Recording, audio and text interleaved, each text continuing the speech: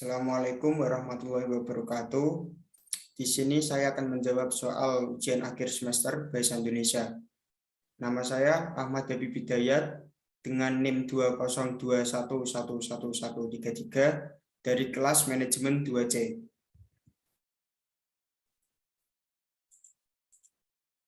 Soal nomor 1, jelaskan pola bentuk gabungan terkait. Tulislah kembali bentuk gabungan terkait berikut ini. Bentuk gabungan terkait adalah bentuk bahasa yang perlu digabung dengan unsur lain agar dapat dipakai dengan makna yang jelas. Bentuk terkait ditulis tanpa jeda atau spasi. Namun apabila digabungkan dengan bentuk turunan atau kata berimbuhan, maka penulisannya harus dipisah. Adi plus kuasa, dibaca adi kuasa tanpa spasi. Catur plus tunggal, dibaca catur tunggal tanpa spasi. Dwi plus warna, dibaca dwi warna. Ekstra plus kulikuler, dibaca ekstra kulikuler. Kontra plus revolusi, dibaca kontra revolusi. Purna plus wirawan, dibaca purna wirawan. Sabta plus gerida, dibaca sabta gerida. Sub plus bagian, dibaca sub bagian. Soal nomor 2. Jelaskan perbedaan bentuk penalaran deduktif dan bentuk penalaran induktif. Berikut contoh penerapannya. Penalaran deduktif adalah proses penalaran untuk menarik kesimpulan berupa prinsip atau sikap yang berlaku khusus berdasarkan atas fakta-fakta yang bersifat umum. Proses penalaran ini disebut deduksi.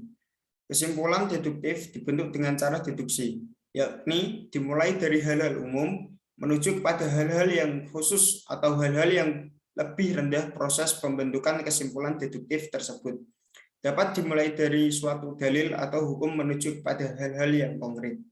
Contoh, masyarakat Indonesia konsumtif atau umum dikarenakan adanya perubahan arti sebuah kesuksesan atau khusus dan kegiatan imitasi atau khusus dari media-media hiburan yang menampilkan gaya hidup konsumtif sebagai prestasi sosial dan penanda status sosial. Penalaran induktif adalah penalaran yang diawali dengan menjelaskan permasalahan-permasalahan khusus atau mengandung pembuktian dan contoh-contoh fakta, yang diakhiri dengan kesimpulan yang berupa pernyataan umum. Contoh, pada saat ini remaja lebih menyukai tarian-tarian dari barat seperti breakdance, shuffle, salsa, dan atau krypton, modern dance, dan lain sebagainya. Begitu pula dengan jenis musik umumnya, mereka menyukai rock, blues, jazz, maupun rave tarian, dan kesenian tradisional mulai ditinggalkan dan beralih mengikuti tren barat. Penerimaan terhadap bahaya luar yang masuk tidak disertai dengan pelestarian budaya sendiri. Kesenian dan budaya luar perlahan-lahan menggeser kesenian budaya tradisional.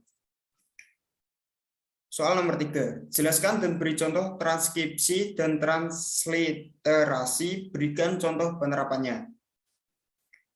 Transkripsi adalah pengalihan tuturan yang berwujud bunyi ke dalam bentuk tulisan atau penulisan kata, kalimat, atau teks dengan menggunakan lambang-lambang bunyi. Contoh, saya ingin menjadi guru yang handal.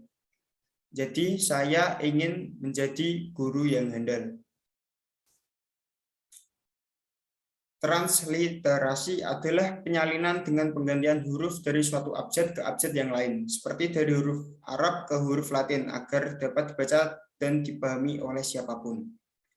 Contoh, transliterasi huruf Arab ba dilambangkan dengan huruf Latin b, ta dilambangkan dengan huruf t dibaca t, atau ro dilambangkan dengan huruf Latin R dibaca R. Soal nomor 4, jelaskan penomoran bagian karangan berikut ini. Perbaikilah jika menurut Anda masih ada penulisan yang salah. Program usaha 1. Tahap persiapan program 1.1. Penerimaan warga belajar 1.2. Pemilihan penyelenggara 1.3. Pemilihan ketua kejar usaha 1.3.1. Musyawarah 1.3.2. ditunjuk. Jadi pembenaran penomoran program usaha dalam kurung bab tutup kurung 1.1 tahap persiapan program kurung buka subbab kurung tutup 1.1.1 penerimaan warga belajar anak subbab 1.1.2 pemilihan penyelenggara 1.1.3 pemilihan ketua kejar usaha 1.1.3 musyawarah anak subbab pertama 1.1.3.2 ditunjuk. Soal nomor 5. Jelaskan cara penulisan gelar akademik yang benar. Kemudian jawab soal berikut ini. Jika masih salah penulisannya segera diperbaiki. Setiap gelar ditulis dengan titik sebagai antar huruf pada singkatan gelar yang dimaksud. Gelar ditulis di belakang nama orang, antara nama orang dan gelar yang disandangnya. Dibubui tanda koma apabila di belakang nama terdapat lebih dari satu gelar. Maka di antara gelar menggunakan tanda koma. Perbaikan. Bayu Maharani S.S. Menjadi Bayu Maharani, S.S. R.M. Pratama, M.M. Menjadi R.M. Pratama, M.M. Dr. Irfai Fatur Rahman, SPD, MPD, jadi Dr. Irfai Fatur Rahman, S.PD, M.PD. Dr. Andes Muhammad Kanjanuddin, MPD, menjadi Dr. Andes Muhammad Kanjanuddin, M.PD. Profesor Dr. Ahmad Ulil Nuha, MPD, menjadi Prof. Dr. Ahmad Ulil Nuha, M.PD. Soal nomor 6. Jelaskan penggunaan tanda elipsis, tanda siku, dan tanda kurung. Berikan contoh penggunaan tanda tersebut dalam kalimat. Yang pertama, tanda baca elipsis, yaitu 3 tanda titik yang disusun secara berurutan. Tanda baca elipsis berfungsi untuk menandakan kalimat yang terputus-putus, menghilangkan sebuah kata dalam kalimat, memberikan jeda atau jarak dalam sebuah pembicaraan. Contoh, enak sekali masakan ini. Yang kedua, tanda baca kurung siku dipakai untuk mengapit keterangan yang ada di kalimat penjelas. Contoh, cari penulisan tersebut dapat dilakukan dengan notasi ilmiah. Contoh dalam label kurung siku, lihat di halaman 22 kurung siku untuk kurung. Tanda yang ketiga, tanda baca kurung yang digunakan untuk mengapit angka atau huruf yang merinci suatu urutan. Contoh, penulisan kalimat dalam bahasa Indonesia harus sesuai dengan EYD dalam kurung ejaan yang disempurnakan. Soal nomor 7. Jelaskan 3 cara penalaran induktif meliputi generalisasi, analogi, dan hubungan sebab akibat kausal. Silakan jelaskan satu persatu disertai contoh. Yang pertama, generalisasi adalah proses bernalar yang bertolak dari sejumlah gejala atau peristiwa yang serupa untuk menarik kesimpulan mengenai semua atau sebagian dari gejala atau peristiwa yang bersangkutan. Contohnya, seorang anak melakukan jogging setiap pagi. Seorang ibu melakukan jogging setiap pagi. Generalisasinya, anak dan ibu melakukan jogging pada setiap pagi. Analogi adalah perbandingan yang menunjukkan kesamaan-kesamaan antara dua barang atau sesuatu hal yang dibandingkan. Contoh, mendidik anak sama seperti merawat sebuah tanaman. Dalam merawat tanaman, kita mesti merawat mereka secara telaten dan sabar, sehingga tanaman yang kita rawat bisa bertumbuh dengan semestinya. Begitu juga dengan mendidik anak, perlu adanya ketelatenan dan kesabaran ekstra agar mereka dapat bertumbuh dengan semestinya. Oleh karena itu, kita harus mendidik anak kita dengan telaten dan sabar, seperti halnya saat kita merawat tumbuhan. Yang ketiga, sebab akibat atau kausal. Menyatakan bahwa semua peristiwa yang terjadi di dunia ini terjalin dalam rangkaian sebab akibat. Contohnya, Andi suka membantu sesama tanpa pamrih. Dia juga selalu baik terhadap semua orang. Itu akibat. Selanjutnya, sikapnya yang sopan membuat dia mudah diterima di lingkungan mana saja. Tidak hanya itu, dia juga memiliki tutur kata yang lembut. Yaitu sebabnya. Soal yang ke-8, jelaskan yang dimaksud dengan silogisme. Berikan contoh silogisme. Silogisme adalah suatu pengambilan kesimpulan dari dua macam keputusan yang mengandung unsur yang sama dan salah satunya harus universal. Suatu keputusan yang ketiga yang kebenarannya sama dengan dua keputusan yang mendahulunya.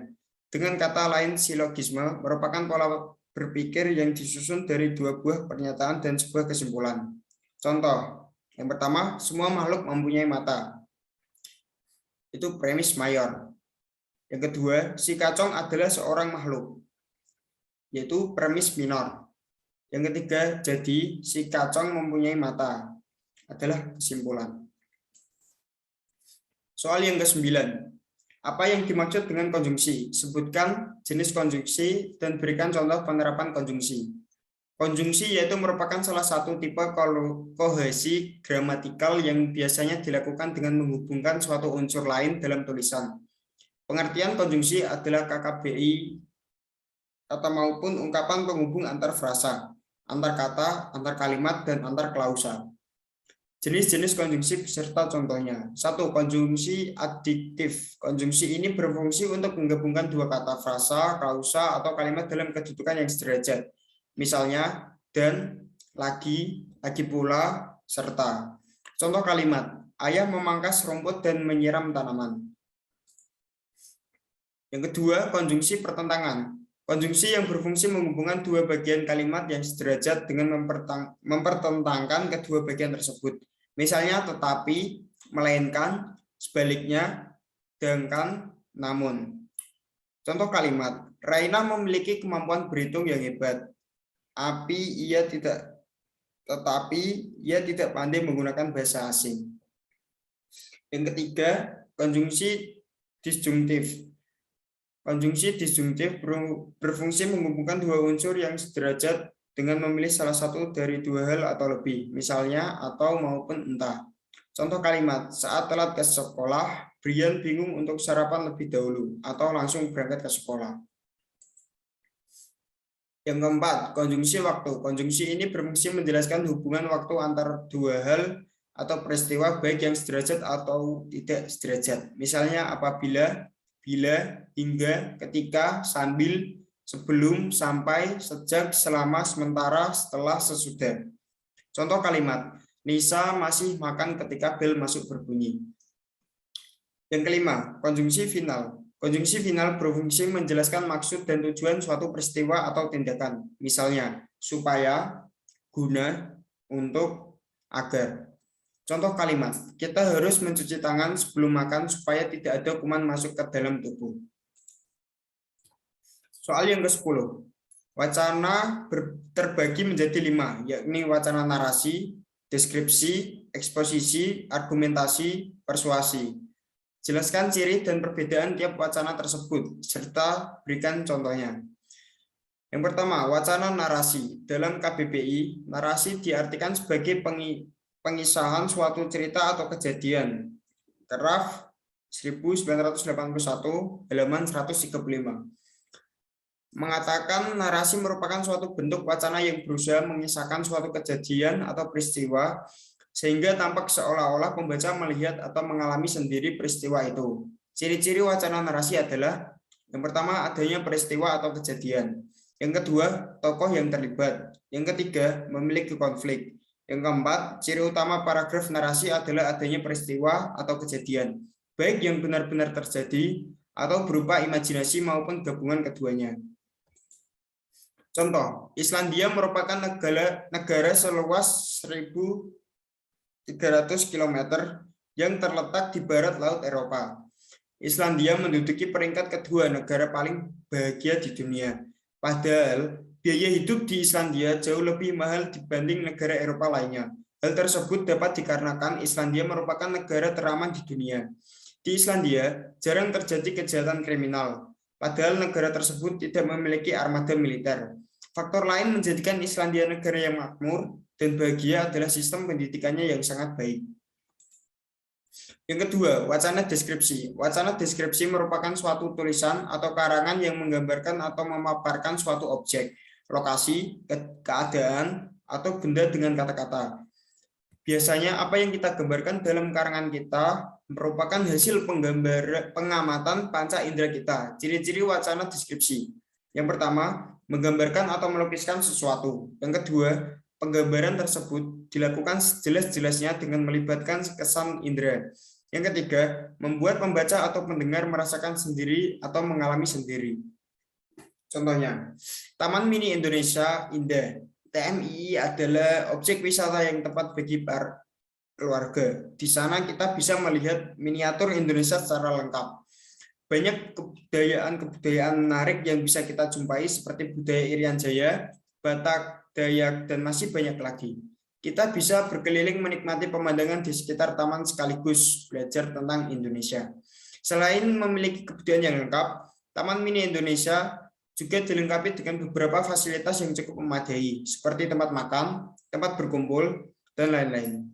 Waktu yang paling tepat untuk mengunjungi tempat ini adalah akhir pekan, karena saat itulah banyak pengunjung yang datang. Selain itu, setiap akhir pekan juga biasanya diadakan sebuah pawai yang sangat meriah untuk menghibur para pengunjung.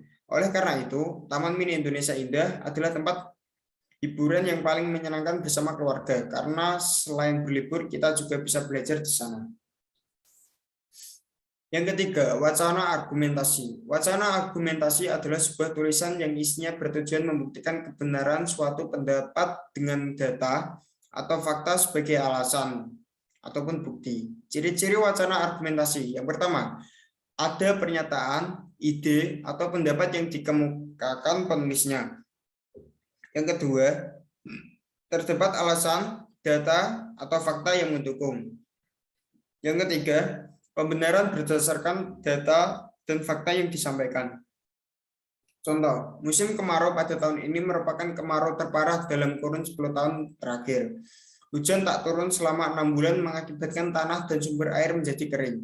Menurut BMKG, tahun ini hujan diprediksi turun pada bulan depan. Jika hal itu terjadi, bisa dipastikan bahwa kemarau tahun ini bukanlah kemarau yang biasa, dikarenakan terjadi selama 7 bulan. Padahal, berdasarkan data yang diberitahu oleh BMKG tahun lalu, kemarau biasanya cuma terjadi selama 5 bulan. Dengan demikian, petani banyak yang merugi sebab gagal panen sebab tak ada air yang mengairi sawah mereka.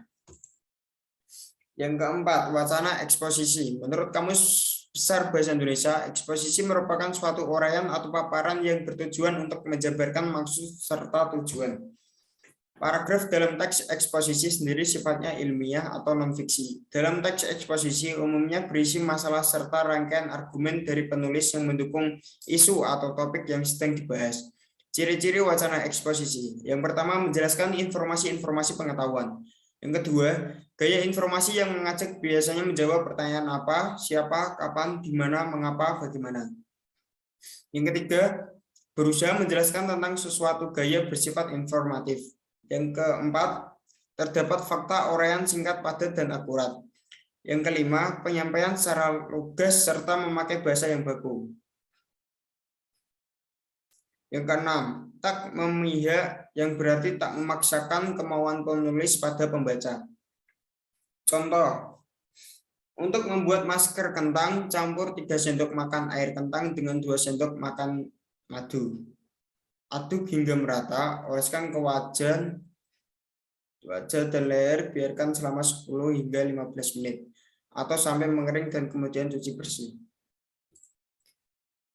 Yang kelima, wacana persuasi. Kalimat persuasif adalah kalimat yang bertujuan untuk mengajak, menyuruh, atau membujuk.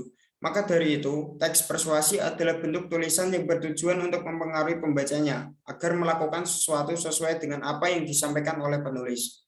Ciri-ciri wacana persuasi menurut Darmawati 2018 halaman 48 sampai 49. Ciri utama teks persuasi adalah berusaha menarik, meyakinkan, dan merebut perhatian pembaca. Contoh, pencemaran Sungai Ciliwung sudah sangat parah dan dapat dikategorikan sebagai pencemaran tingkat berat. Rumah tangga merupakan penyumbang terbesar sampah di Sungai Ciliwung. Jika kondisi ini terus berlanjut, jumlah daerah yang menggantungkan sumber air dari Sungai Ciliwung dikhawatirkan akan mengalami krisis. Untuk itu, kesadaran untuk menjaga lingkungan perlu ditanamkan secara kuat kepada masyarakat.